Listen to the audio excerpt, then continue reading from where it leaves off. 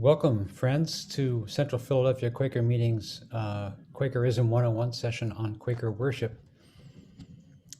On behalf of the meeting and adult religious education, I want to thank George Schaefer and Zachary Dutton for agreeing to be our facilitators.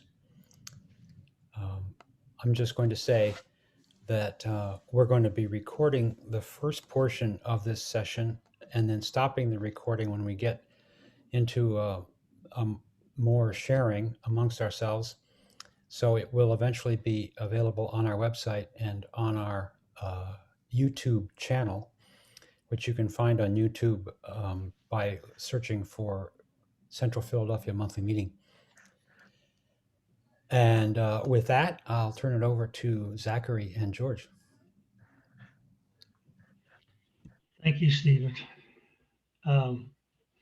Good afternoon, friends. So my name is George Schaefer, and I serve our yearly meeting as the Care and Aging Coordinator. I'm a member of Abington Meeting, and I guess I'm a convinced Quaker, and I've been a friend for about 40 years now. So do you want to introduce yourself, Zachary? I know you're a member. Sure, yeah. It's good to be with all of you in a different context. I'm a member of Central Philly Meeting and also serve our yearly meeting. So I think I am with you today more in my role as Associate Secretary. George and I work closely together at the yearly meeting, and we never get to lead workshops together though. So this is fun for me, I think. Yeah, this is fun. So we're going to start with a brief introduction, and then we're going to start with a guided meditation to bring us into a more aware place. And then we are going to move into a presentation that I'll do, and then we'll have small groups at one point, and then more meditation. So, so talking about Quaker meeting for worship, it's a bit of a risky business because Quaker meeting for worship itself is a risky business in that meeting for worship is an event, it's not a theory. So the important thing so because it's an event, we all have an experience of that event, and we bring that experience with us. But you've probably during the course of these workshops and presentations about Quakerism heard a lot about George Fox. And of course, George Fox, we look at George Fox as being one of the guiding lights, the original founders, if you will. But he didn't necessarily have a theory to preach. He didn't come up with, something like, say, Luther or Calvin, some thought out explanation of how to go about being spiritual or religious. He had an event, he had an experience, and he took that experience with him, and we'll talk more about how he disseminated that with others. But because we're talking about an experience, an event that has both subjective, of course, subjective qualities to it, but then brings us together as a group, I thought we would start with a guided meditation. And this is a guided meditation that I have pieced together from various things that have been written in the last 20 years. In the last 20 years of Quakerism, we've had people like Steve Smith, a friend in California, Ambler, a friend in Britain, closely at writings of friends to discover what's the meditative technique that they were advising people to undertake when they gathered for what they would call worship. So I'm going to ask you to sit comfortably, and if you want, you can close your eyes, but sort of assume the posture of awake awareness, but relaxed in your body that you would for worship. So this is, and I call this standing still in the light. a spiritual practice of George Fox. So the first instruction is to be still. Be still. Early friends had much silence around them. 17th century life was not as noisy as is our life. So this instruction comes repeatedly from Fox and others. Be still. Still your mind, still your body. And we know from meditation techniques that we use today, like mindfulness, that when you still your body, you still your mind. So be still your body, still your mind. Stand still in that which is pure, Fox would say. Stand still in that which is pure, which would be our awareness of being alive. And see yourself and let mercy come in. Let compassion come into your awareness. Now, after you see your thoughts and the temptations to think about something, if you will, do not think, but submit. Then the power comes. Then the energy of your being becomes part of your awareness. So stand still in the light, in the awareness, and submit to it. And then other thoughts will be hushed and gone. Then your contentment will come, and your strength will come from standing still.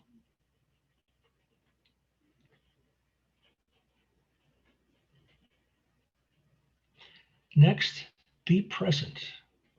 Give not way to the lazy, dreaming mind, as Fox would say. Do not let your thoughts stray, but come back to the stillness. Come back to the awareness of your own presence, your own being, your breath, your aliveness, the energy that animates you.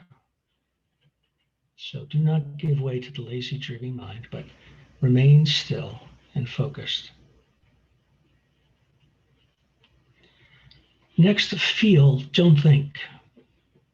It's a strange life to you to be silent. In this, you must come into a new world. So being silent is strange. Now you must die in the silence, let go.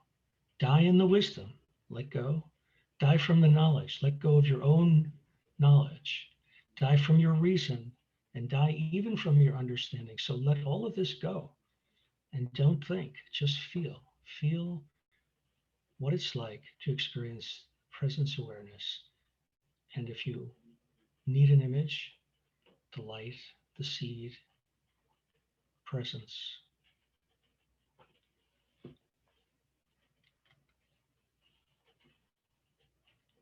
And now be vulnerable.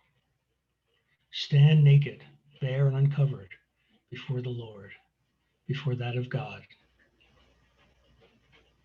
And then you may see your troubles, you may see your trials and your temptations more so than ever. But as the light appears, the light can lead you out of these same difficulties.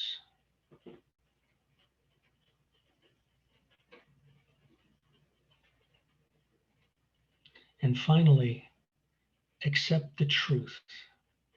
Accept the truth of what's being revealed to you in this present moment. Every man and woman must come to the truth in their own hearts, that by it they may know God, the God of truth.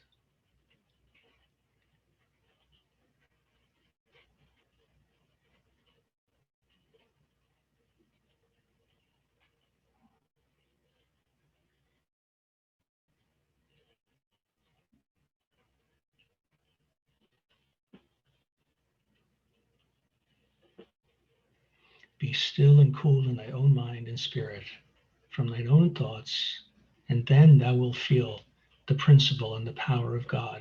Turn your mind to the Lord, whereby you will receive strength and power.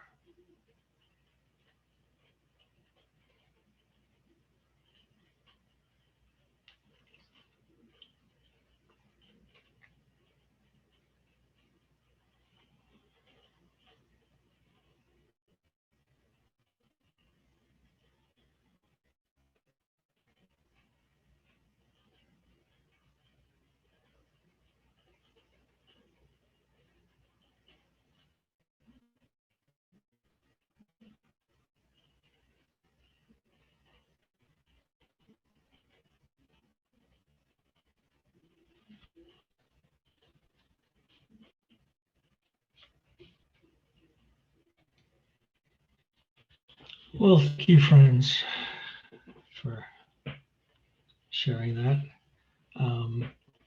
And I mentioned that, I started going to a meeting when I was a teenager and then became a member in my mid-20s. And at the time, no one, that information that I said to you had been unearthed by Rex Ambler and Steve Smith and others about what early Quakers were doing in worship. That really wasn't available to me when I first became a friend.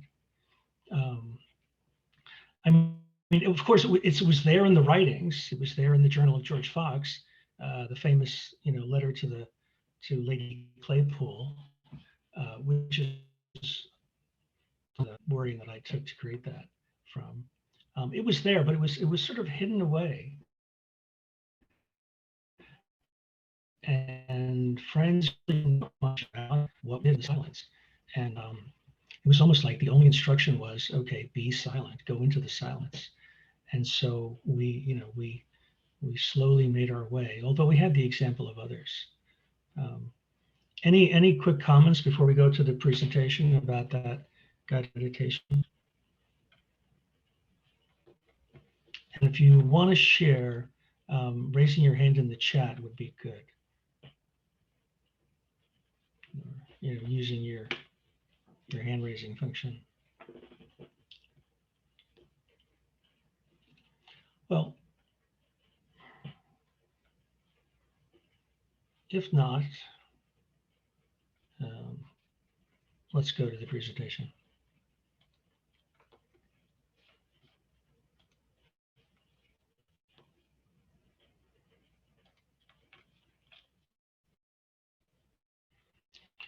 All right.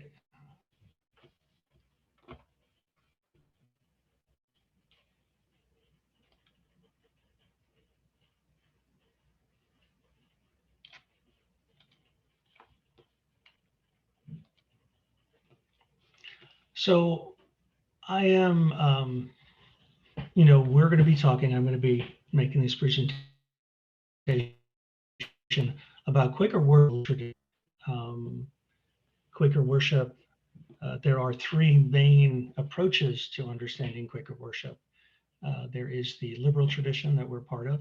And I think last time when I gave a talk, liberal, not in the current political usage, but more in the 19th, 18th century usage of the word, meaning the individual is as equal to the group. There's this equality between individual and group. There is a pactual system, mostly in the Midwest among Friends United Meeting Quakers, and then there is the evangelical Quakers, and they all worship differently, slightly differently. The word worship, I think we should spend a moment to talk about, because many friends nowadays say, let us have some silence, or let us have some Quaker meditation. And there are many similarities between meditation and worship, but Bill Tabor, a friend of an ancient friend, as we say, used to talk about it is what we give worth to, what we give value to, that which is most important to us. And so Quakers have stuck with this word worship because we're going inward to worship and be in relationship with that of God. So I mentioned George Fox earlier, and this slide says the Seekers and George Fox, rather than putting George Fox up there. It's important for us to remember that George Fox came out of a milieu of people who were, some of whom were older than him, some of whom were younger than him. But this image here, this picture, it looks like this, you could see the sky through the rock, but that's an illusion. That's a plaque on that rock, and that rock is in England in a place called Briggs Flats, and the plaque is commemorating what's called Fox's Pulpit.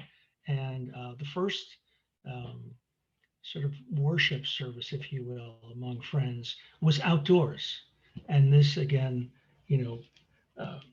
gave friends an awareness of nature and of the natural environment. But Fox stood up on this rock here and gave a talk to about 1,000 people who were gathered below. And this it's sort of like a natural, amphitheater.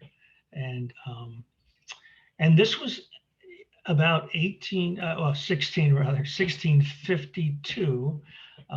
And it was just at the end of the English Civil War. And there were people who had been disaffected by the war, and they decided that they would become seekers. Now, at the end of the English Civil War, there were a lot of groups that arose, but there was this group called the Seekers, and the Seekers were meeting in silence before George Fox came along. But Fox joined up with the Seekers, and George Fox, of course, had this experience himself of wandering in the wilderness, if you will. So from age 19 to 24, he wandered alone seeking truth. He did have this revelation that there was that of God in all people, and that it could be accessed, and that it could be known, and that it would lead us into truth, or more wholesome, if you will, or living with more integrity. That would probably be the best way to do it. So Fox journeys from the Midlands of England up to the north. His message is received by the Seekers.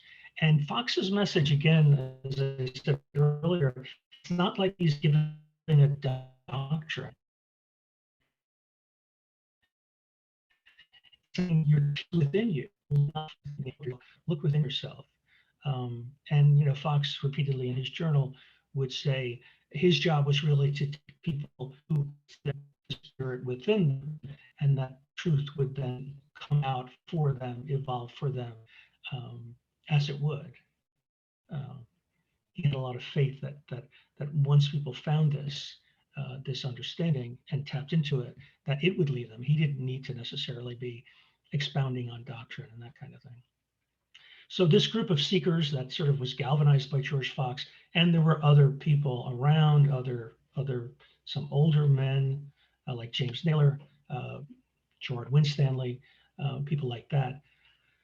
They were galvanized this, and so in 1652 you have the first Quakers, and they called themselves the Friends of Truth and Children of the Light. Those are the first names before we get to the Religious Society of Friends, or even Quakers.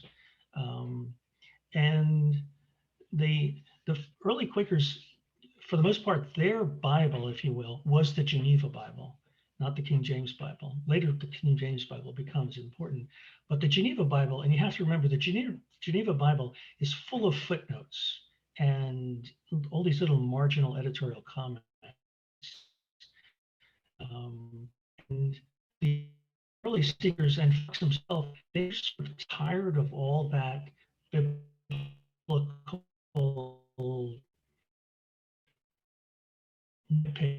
if you will, and they were looking for an early Quaker that the Bible, it doesn't matter whether the Bible exists or not. The truth is within you. Now, you might imagine that at that time in the history of England, now, while there was still no king and there was this Protestant Revolution, you could kind of get away with that, that the Bible doesn't matter, the authority is within you. But when the kingdom or the kingship is restored in 1660, so 8 years later, this idea that the authority is within you and not in the king or in the government or in the social structure becomes revolutionary and becomes very threatening. George Fox, another sort of one of his famous expressions is Christ has come to teach his people himself. This is important in that early Quakers believed that wait for the second coming. The second coming is here now, and you can access it. We can all do this. And they, of course, found biblical precedent for this, and they knew the Bible. And George Fox, William Penn famously said, if it was ever lost, the Bible was ever lost, George Fox could repeat it from memory. But he was also, they also sort of had this idea that they were, Christianity was sort of done, and that the authority now was the light or the seed. And again, this is some of the language that Fox used, that I used in the meditation. Be still and cool, and I don't mind, and your thoughts, and it's very, I look at this having done a lot of Buddhist meditation, and there are of course similarities with sinking down, moving into present awareness, letting go even of your own knowledge and your own certainty about things, because there was a guide within you that could lead you. And the other piece to this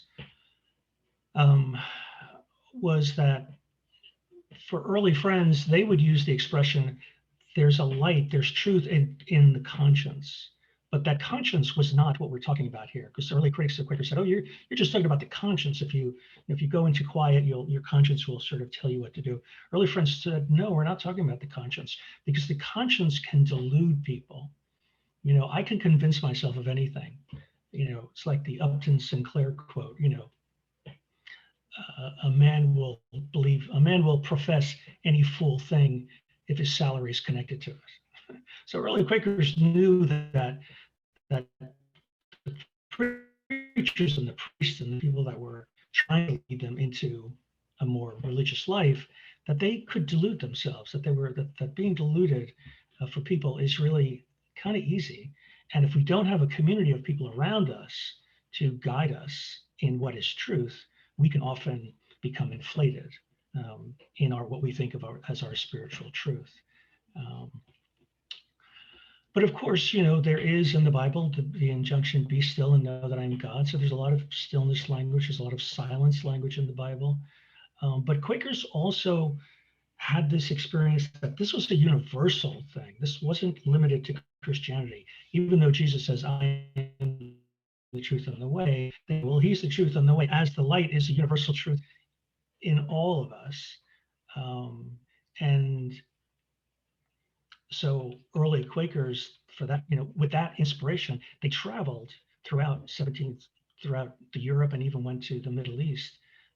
Mary Fisher met with the Sultan of Turkey, I guess the Ottoman Empire, to talk about the wonderful light. And some Quakers, some of the early seekers, traveled to Spain and were interrogated by the Inquisition. And they really didn't have a bad time of it, because their understanding was so universal that no one could really disagree with them. So this whole experience of being in relationship with Spirit as the basis of our worship, and these foundational friends, that the seed, the light, I like to think of it now as, the seed is a wonderful image because it's got that potential, but it has the capacity for spiritual awareness in every human being, that of God, regardless of status, education, age, race, or culture. The first follower of George Fox was a woman named Elizabeth Houghton, who had been a servant of one of the seeker families. And so there was no status involved. Elizabeth Houghton eventually comes to America. She dies in Burlington, New Jersey, as an old woman. The seed is the ground and potential, the possibility of emitting from that which is eternal in present awareness. And that's, again, you might hear I've sort of tweaked that a little to bring it into 21st century awareness. The seed is first revealed to people as self-awareness, which may be painful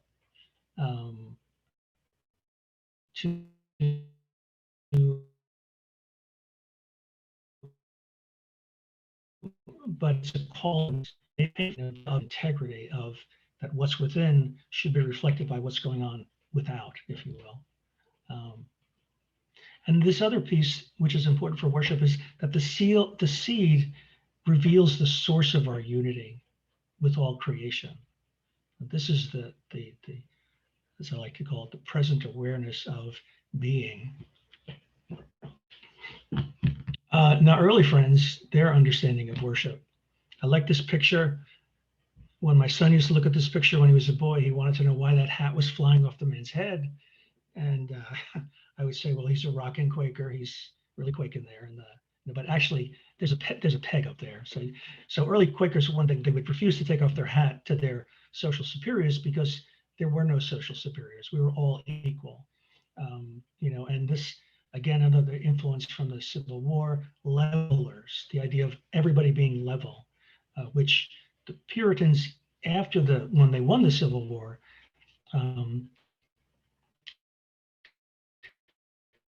they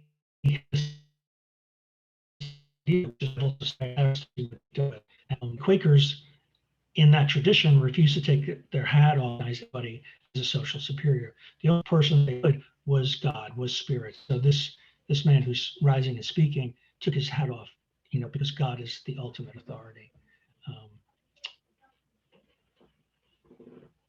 And I guess the other important thing with quaking was the feeling part of it, that you're letting go of thoughts, you're moving into your feelings. And this, for early friends, this feeling was often one of love and one of wanting to express love socially. So we'll talk a little bit more about this, but early Quakers, they had seen how the Puritans tried to change government and that didn't work. And so their idea was, well, let's let this experience change our lives. And when we live differently, we'll create a new social structure. And that will then inform political change. So there's this sort of this inward, outward, rather than outward, inward.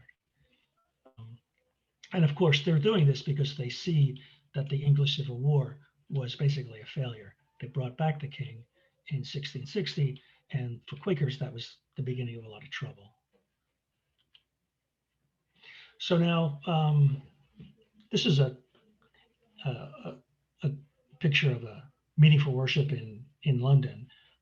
And Quakers at this time, so this is now maybe 25 years after that original 1652 burst of energy, the seekers in Northwest England coming down to London and bringing their message over to the continent, to the Middle East. But now a meeting is established. And this fellow here with the wig, his name is Robert Barkley. And he has this quote that we love. For when I came into the sound assemblies of God's people, I felt a secret power among them, which touched my heart. And as I gave way unto it, I found the evil weakening in me and the good raised up. Robert Barkley. Now you'll see from Robert Barkley's wig and his outfit that he was an aristocrat, and he was educated in Europe by Jesuits, may have been a Catholic. And you can see from the picture that there's a man with a sword. On the far right has a sword, so he's sort of there visiting to see what's going on with these Quakers. And then there are people in various forms of dress that will display status, and then there are some people very plain up at the balconies. So people were coming together and saying, hey, what's going on here? Robert Barkley is a theologian trained by Jesuits, as I mentioned, and he gets involved in Quakerism, and he has this powerful experience of opening his heart. But he's also a theologian, and at this time, Quakerism is under a lot of stress because the king has been restored, and the king doesn't like Quakers because Quakers still have this radical association, because the reason many of them were up in the northwest of England was because it was as far away from London as you could get, and they didn't want to be, they were sort of like up in the hills because they were very radical in their thinking. So the king comes back and he wants to suppress them. So he starts throwing them into jail, and there are various acts of government that are passed as legislation to suppress Quakerism. Now, Robert Barkley is important because Barkley comes along and says, wait a minute, I'm going to write this theological treatise, an apology, and really show people who are against Quakers of other religions that Quakers were just like you guys. All of our truth can be found in the Bible. So he writes this famous apology, and it becomes fairly foundational to Quakerism for hundreds of years. It's still pretty important to friends in the Midwest. I mentioned to you when I was young, I went to my meeting. I think someone handed me George Fox's journal and Barkley's apology, and it was rough sledding, I can tell you. But But Barkley sort of apologizes for the religion. He says that no, the Quaker light is the light that's talked about in the Gospel of John. And for early Quakers like George Fox, they say, yeah, that's the light, but the light is this other thing as well. And Barkley sort of says, well, no, it's tamer than that. Now it allows Quakers to survive, but it also, in my opinion, and the opinion of others, changes the understanding, the universalism of the light to being something a little more sectarian. Quakers then move into a kind of sectarian way of thinking. Now, this is a quote from Craig Burnett, who's a British Quaker. For Quakers, it is the experience of encounter with spirit, rather than any intellectual belief, that is essential for connection to the divine purpose and each other. It is our relationship with a profoundly mysterious dimension of reality beyond the power of our intention to fully name or understand that summons us beyond ourselves to lives of self-giving, healing, and peacemaking. So again, Barkley, so Craig is kind of giving the corrective to Barkley now. And, we've had this insight now that the life, the experience was much more than what was explained earlier by people like Barkley. But if you look at other branches of Quakerism, they might say, I know that people in the Midwest and pastoral system, they still look to Barkley as someone who sort of domesticated the light, if you will. But in the early days, dynamism that just had people doing all kinds of amazing things. Leading worship, active silence. And accepting the invitation to be present. And this is what we're thinking of today. With yourself as you truly are, with the world as it truly is. And this is a hard one, of course, with the world as it truly is. Agreeing to be in relationship with spirit and the spirit of others, and to God, who is truly always here. God is always here.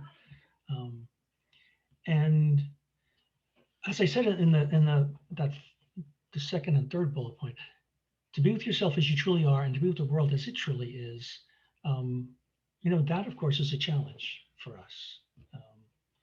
And for early Quakers and for George Fox and others, their way of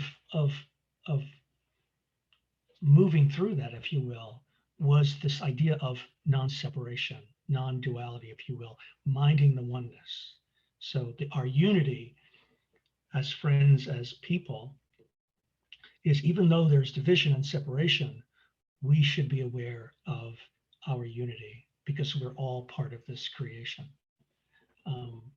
So submit to that truth, which is deeper than thought, just moving into our lives in full connectedness to one another is really what brings us through, if you will. It doesn't mean that we don't stop thinking about how to change the world to make it a better place, but we still try to live out of that underlying unity. And that's, of course, that's a spiritual practice that takes, it takes others and takes commitment and dedication, and it sort of defines us as Quakers. And here's Marjorie Post Abbott, friend from far west, and Marjorie is someone who really combines a lot of the various traditions of Quakerism in her writing. But I love this one because she says, part of our challenge in worship is to feel the presence of God and the movement of truth and love among us. This is not a feeling in the modern sense, but a deep inward knowing that there is more than intellect and emotion, that is more than intellect and emotion. When we feel the inward motion that comes from God rise up in us, then we are rightly led to speak, be it in worship or in daily life. And this is another aspect of our worship, is that we're really trying to take that experience into our lives to be part of who we are. So part of the early friends not wanting to celebrate holidays, or not wanting to create special moments when we're supposed to be spiritual, because we're supposed to be taking that experience, or the only way to live for us, if you will, is to take that experience and bring it into your life.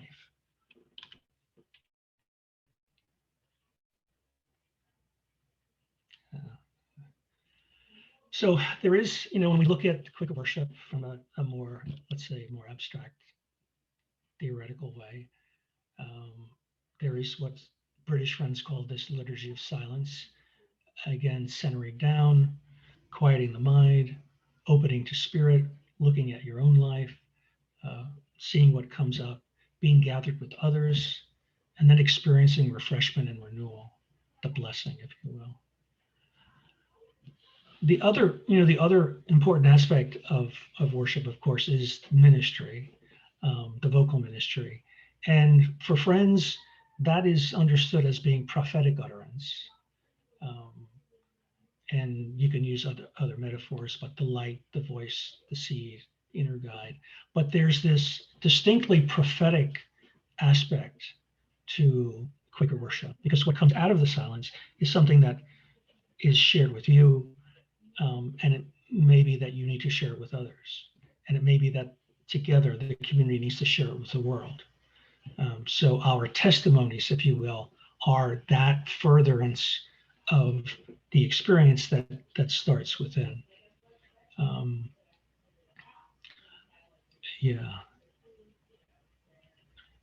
So worship then consists neither in words nor in silence, but in this holy dependence on the movement of the Spirit to lead us into truth and love. And there's been more and more written by scholars and theologians about the importance of truth and love for Quakers.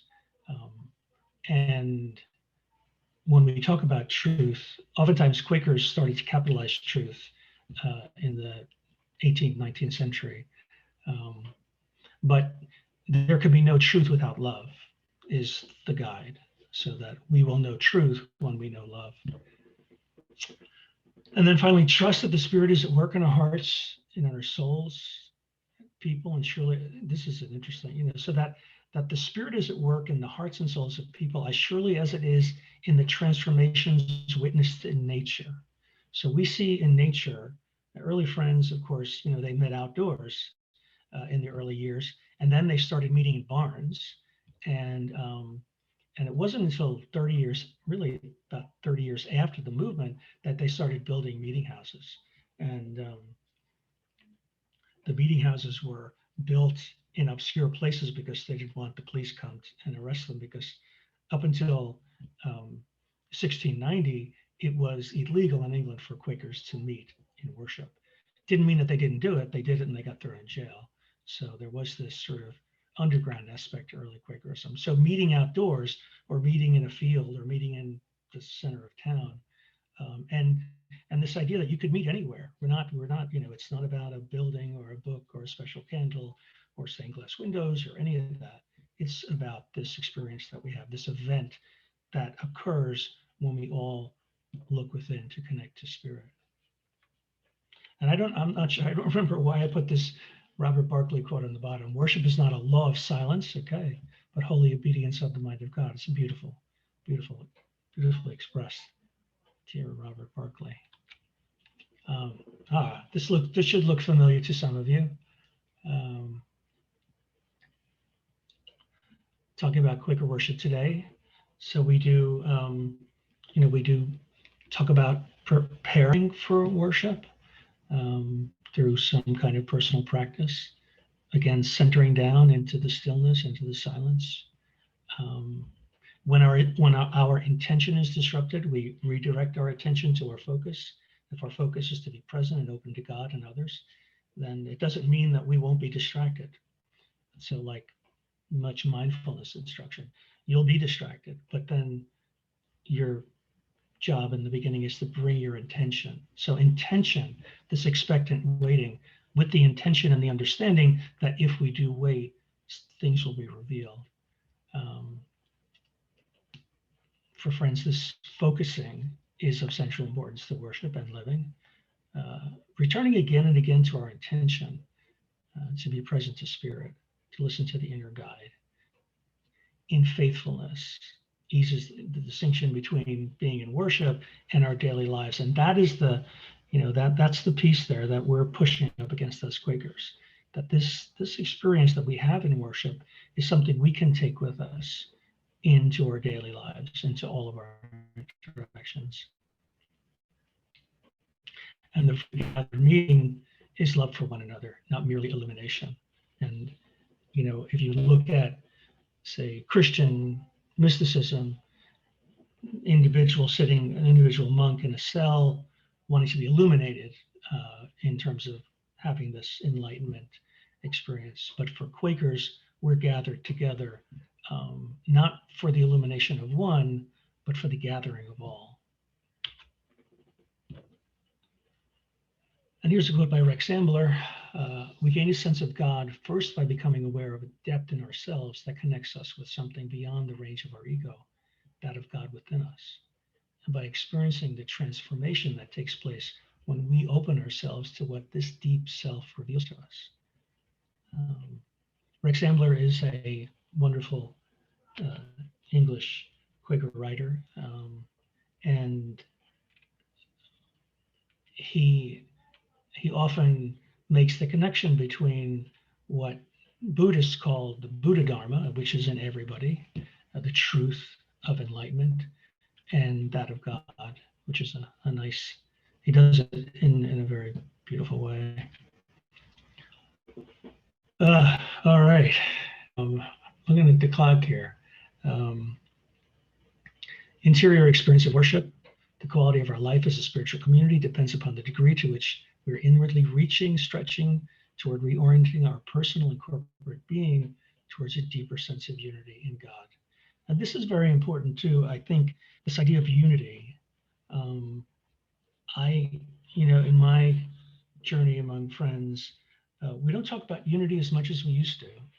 I'm not sure why that is. I think we may also be influenced by the culture around us, which is, the sort of capitalist drive to have us all think of ourselves as separate individuals with choice, rather than communities that need to thrive. Again, this talks about how for Quakers, the ideas of liturgy, of spiritual formation. So now we're moving into this idea of spiritual formation. How does worship form us as Quakers? And certainly, if you went to another church or other religious group, they would have a liturgy, an outward procession of events that would be symbolic, that would sort of tell you things. Okay, I'm being contrite. This is praise. This is communion. This is Thanksgiving. And those things would be on display, if you will. For Friends, those are movements of the soul. They're what we call them archetypal things. But if we open to them, they still do occur to us. And I mentioned, without explaining, this idea of the gathered meeting. And for many Friends, we think of this communion that we have after settling down and opening ourselves. There's this wonderful connection and communion that we all experience.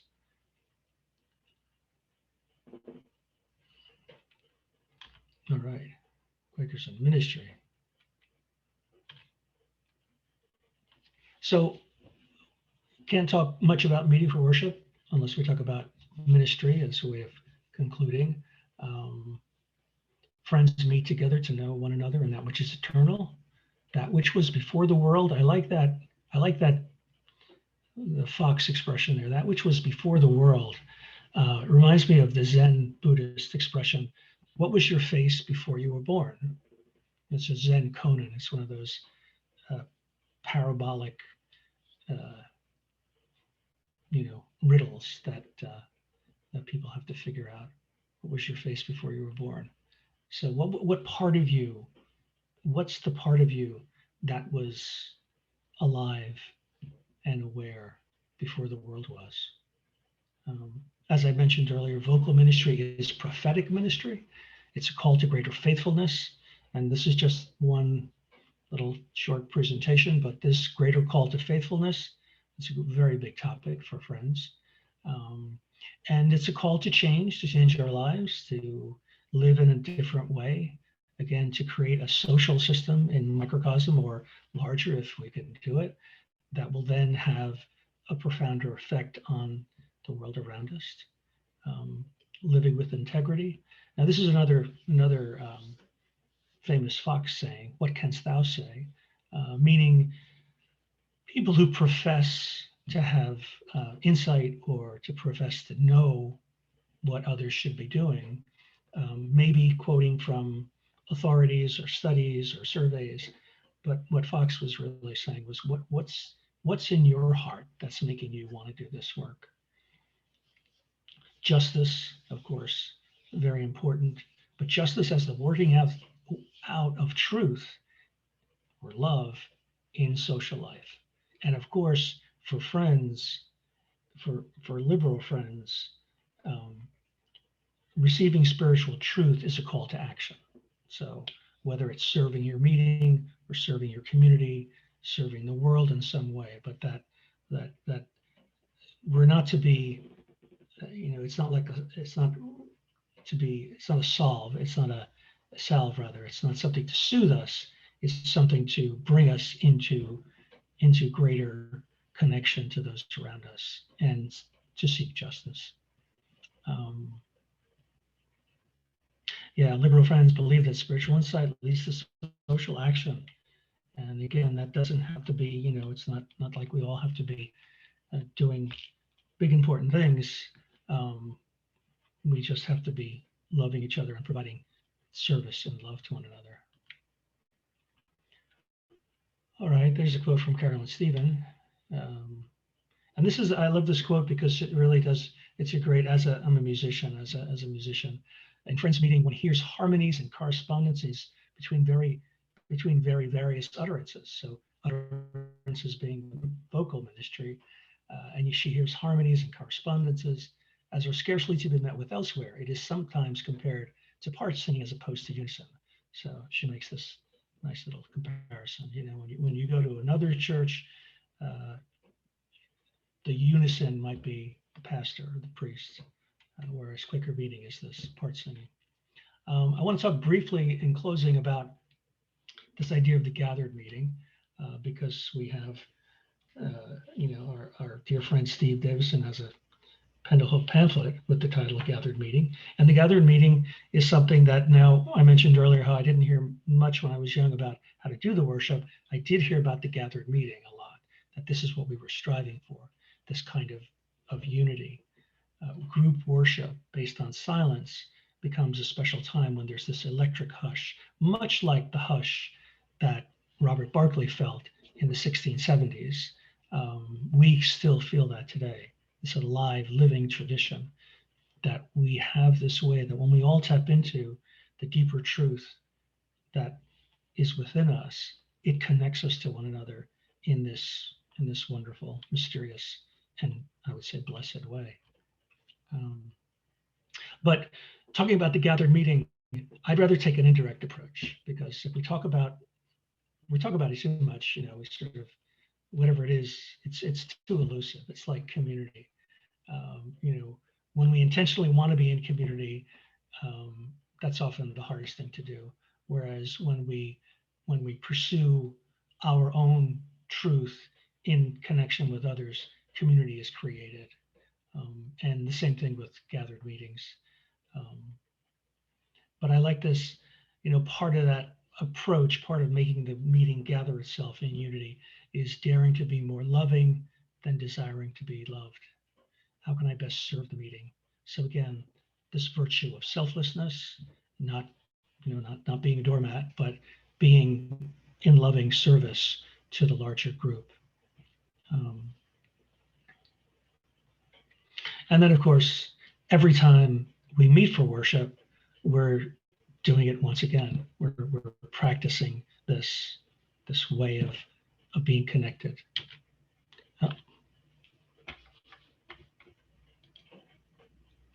All right. Stop my screen share. That's a lot of content there. I hope you're not overwhelmed by it all, but some key concepts.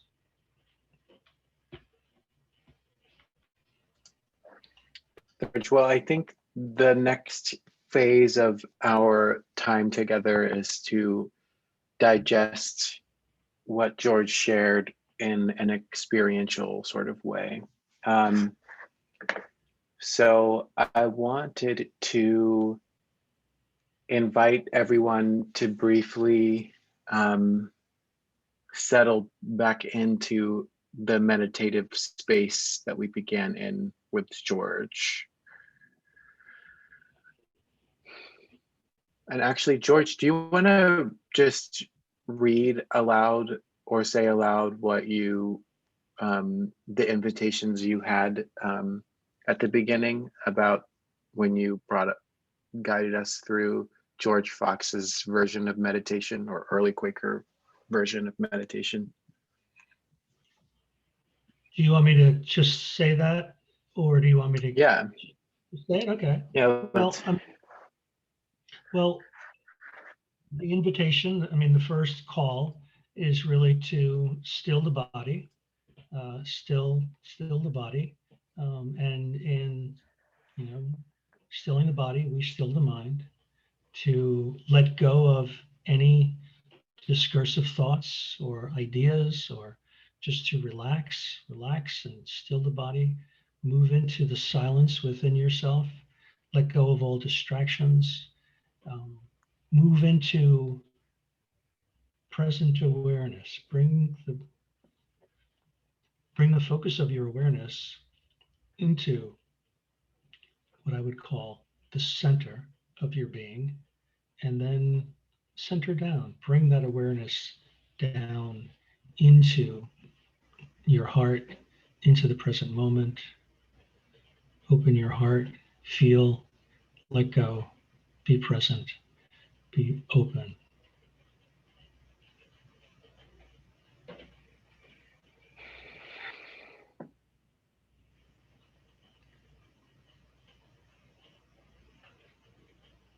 Thank you, George.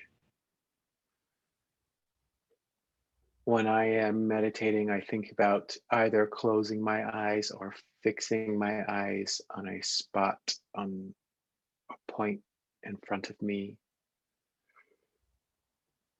and feel my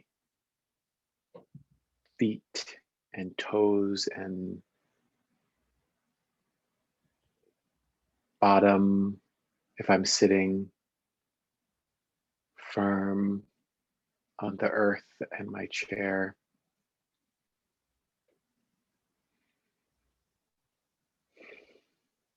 And I notice my breathing.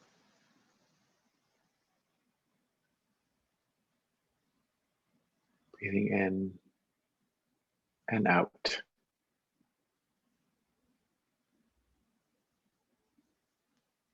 Not forcing it, just noticing it.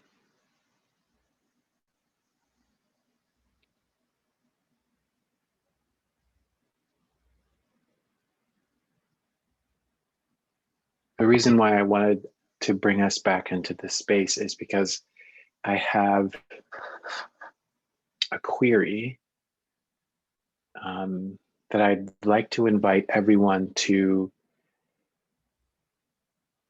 meditate on. And it will all make sense soon, I promise. But the query is,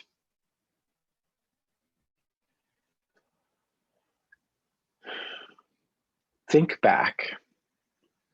So access your memories. Think back to a time when you were in a situation where you felt like you had a sense of what was right.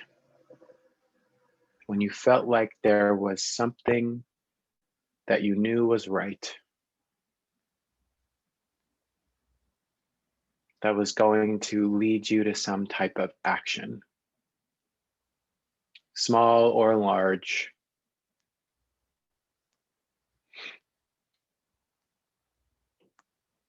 And especially think back to a time when you had a sense of what was right. You were led to some action and also had difficulty in following through on it in some kind of way. Difficulty or hesitancy. Maybe it was something that you ended up not doing. It was something that was successful, that you actually did follow through. Either way, what is a time in your life when you struggled with knowing you needed to do something that was right and hesitated to follow through? Remember everything that you can about the sense of what was right. What did you feel in your body? What was the sensation? What were the thoughts that accompanied that sensation? Those sensations, what were the things preventing you from following through?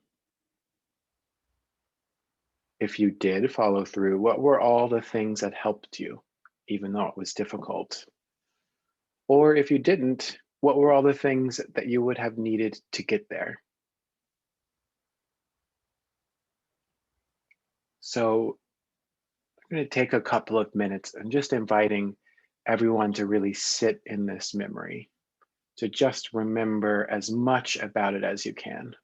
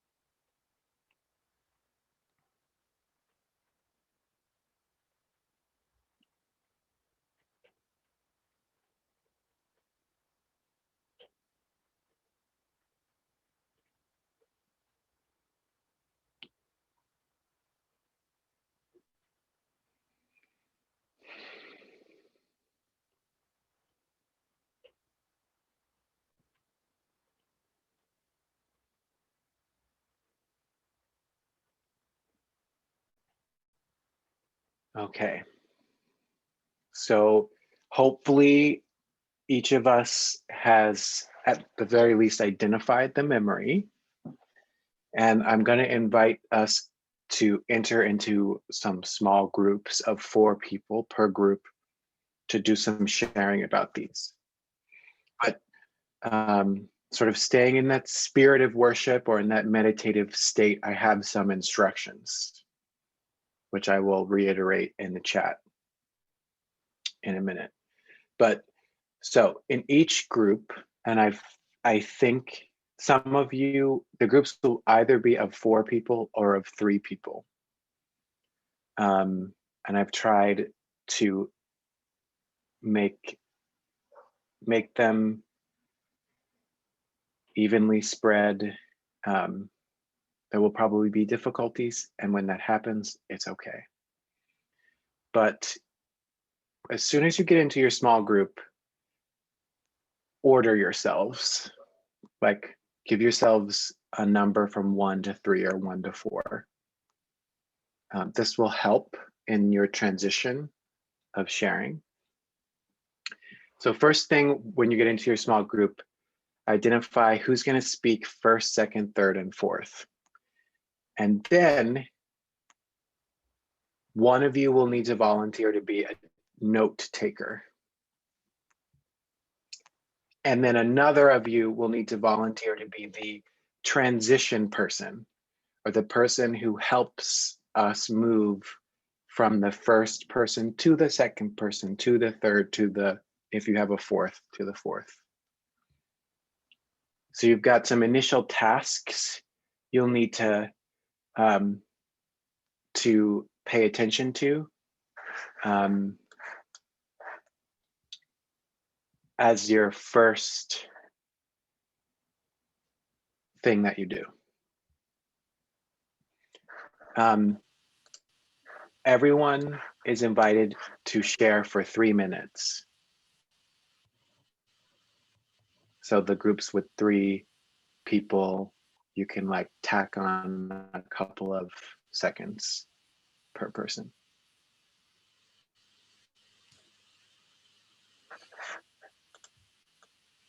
And so what is your sharing going to be?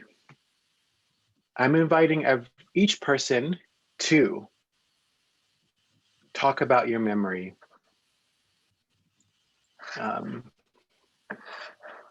through the lens of the framing that I gave, which I'm going to pop into the chat. So you've got the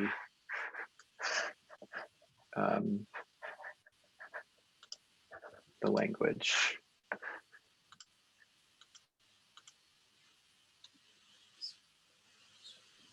So tell your story. You've got 3 minutes to tell your story. Talk about what were the sensations that you felt, anything else about the memory that feels important.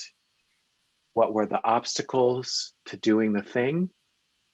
And then what were some of the things that helped you follow through or would have helped?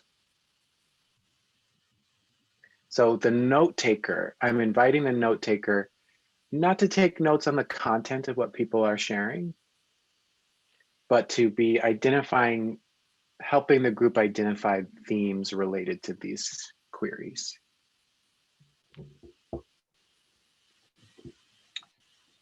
And I'm also putting in your instructions now to the chat. So we're getting into small groups, number yourselves, identify someone to take notes, and identify a transition person. Now, 3 minutes may seem like a while, but it goes by really fast. And I will broadcast to each small group when 3 minutes is up and you need to be moving to your next person. And your transition person can help convey that message from me to your small group.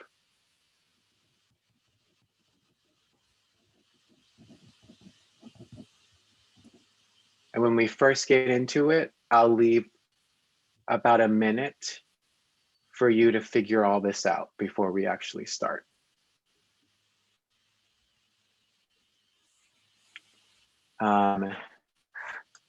So I open the small group rooms now. Is everyone ready?